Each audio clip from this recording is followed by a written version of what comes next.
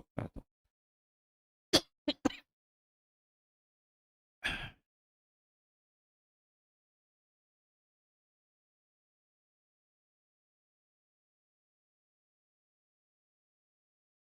Bab ilmu dan zikir terkesan dengan ayat Al-Quran dan hadis. Ayat Al-Quran keempat. Wa qala Allah Ta'ala, fabashshir ibad alladzina yastami'una al-qawl fayattabi'una ahsanah. Ulaika allazina hadahumullah wa ulaika hum ulul albab. Az-Zumar ayat 17 dan 18. Maksudnya, Allah Subhanahu wa Ta'ala berfirman, oleh itu gembirakanlah hamba-hambaku yang mendengar perkataan-perkataan yang sampai kepadanya. Lalu mereka memilih dan menurut akan yang sebaik-baiknya dari segi hukum agama. Mereka itulah orang-orang yang diberi petunjuk oleh Allah Subhanahu wa Ta'ala. Dan mereka itulah orang-orang yang berakal lagi sempurna. Az-Zumar 17 dan 18.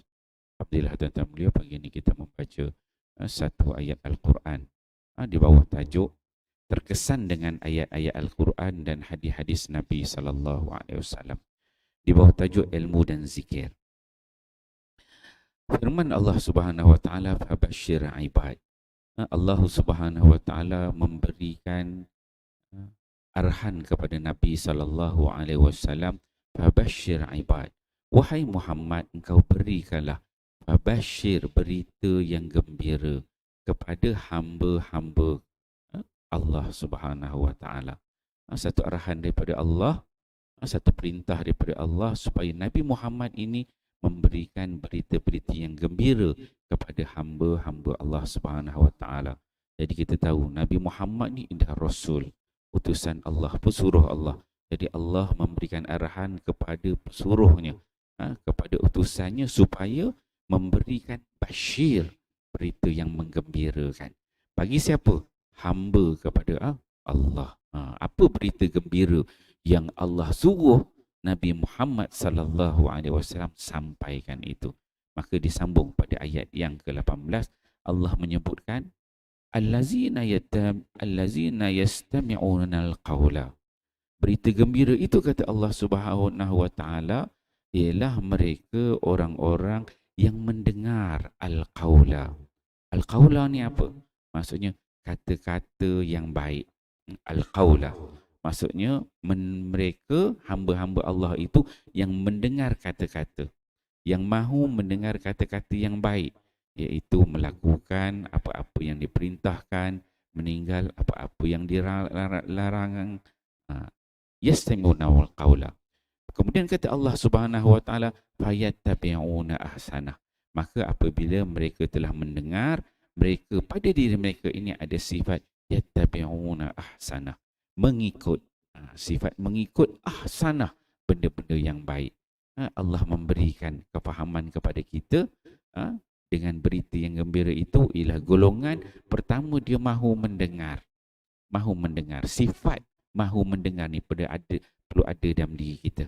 Untuk apa tadi? Dapatkan berita yang gembira.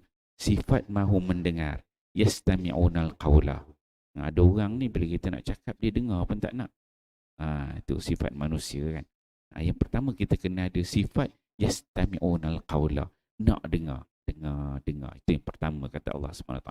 Kemudian Allah Ta'ala sebutkan yang kedua, fayattabi'una ahsanah. Bukan setakat dengar kata Allah. Yang kedua, yattabi'una ahsanah. Dengar, kemudian kita ada dalam diri itu ingin mengikut benda-benda yang baik. Kadang-kadang kita ni dengar. Tapi kita tak nak ikut. Dengar, waktu tu dengar kuliah, dengar tazkirah, dengar. Tapi dia tak ada sifat yattabi'una ahsanah. Ikut benda-benda yang baik. Itu kata Allah SWT yang kedua. Kemudian apabila telah ada dengar, dah boleh ikut yattabi'una ahsanah, Allah Ta'ala sebutkan yang ketiga, ulaikal ladzina hadahumullah. Maka yang ketiga akan datanglah di situ sifat hadahumullah. Mereka inilah kata Allah yang mendapat petunjuk. Jadi kita kena cek diri kita masing-masing tuan-tuan. Kita ni satu boleh dengar ke tak boleh dengar benda-benda yang baik. Kemudian kita ni boleh ikut ke tak boleh ikut. Kalau kita dah boleh dengar, kita dah boleh ikut, maka ulaikal ladzina hadahumullah, italah dia golongan orang-orang yang dapat petunjuk daripada Allah Subhanahu wa taala. Kena tengok satu, dua, tiga, flow tu. Flow untuk dapat hidayah Allah menjadi mendapat petunjuk tu, pertama, kalau kita tengok seseorang, diri kita ke, saudara mara, jiran, kawan, dia ni ada tak dalam diri kita, dia nak dengar benda-benda. Apabila beri tazkirah, dia beri ta'lim, dia berikan kefahaman agama, dia ada sifat nak dengar. Kemudian, benda-benda yang dia dengar tu, benda baik, dia ada dalam diri dia, dia nak ikut. Dengar, ini baik, kena buat, ini buat. Tak boleh buat, doa, ya Allah, tanku. Bagi kekuatan, satu hari dia buat, kena ada. Kemudian, yang ketiga baru, ulaika ikallazina hadahumullah. Ini golongan orang yang mendapat petunjuk, kata Allah. Nak tahu, nak tengok orang tu boleh dapat hidayah, boleh dapat petunjuk, tengok dia. Nak dengar, ikut. Kemudian Allah Ta'ala tutup ayat ini dengan wa ulaika hum ulul albab. Kata Allah Subhanahu wa Ta'ala, mereka itulah orang-orang yang berakal lagi sempurna. Jadi kita nak tengok, nak kenal orang yang sempurna akalnya, yang elok sihat, sihat pemikirannya, dia akan ada tiga benda ni. Apa dia tadi kita tengok? Satu, dia mendengar. Kedua, dah dengar, dia nak ikut benda-benda yang baik.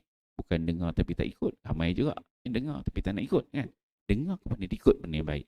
Kemudian itu golongan yang mendapat petunjuk, kata Allah Subhanahu Wa Taala. Dan kita boleh kenal, bila ada tiga ciri ini, kita boleh masukkan orang itu, kata Allah Subhanahu Wa Taala, sebagai golongan yang ada berakal dan sempurna cara dia berfikir. Jadi insya-Allah tuan-tuan boleh kita faham. Ayat ni sifat dia jami' manik. Jami' manik ni kalau bahasa Arab tu dia kata jami', dia mengumpulkan semua sekali, kemudian dia kepelbagaian itu ada. Jami' manik Arab sebut, maksudnya semua macam kita doa Rabbana atina fid dunya hasanah wa fil akhirati hasanah wa qina adzabannar. Itu juga ya, satu doa yang sifatnya jami' manik. Minta Allah dunia baik, akhirat baik, jauh daripada api neraka. Jami' manik. Ayat ni juga sifatnya jami' manik. Dengar, boleh ikut, tanda dapat hidayah, sempurna akalnya. InsyaAllah kita fahami, kita amal dan kita sampaikan. Wallahu a'lam. Subhanallah. Sallallahu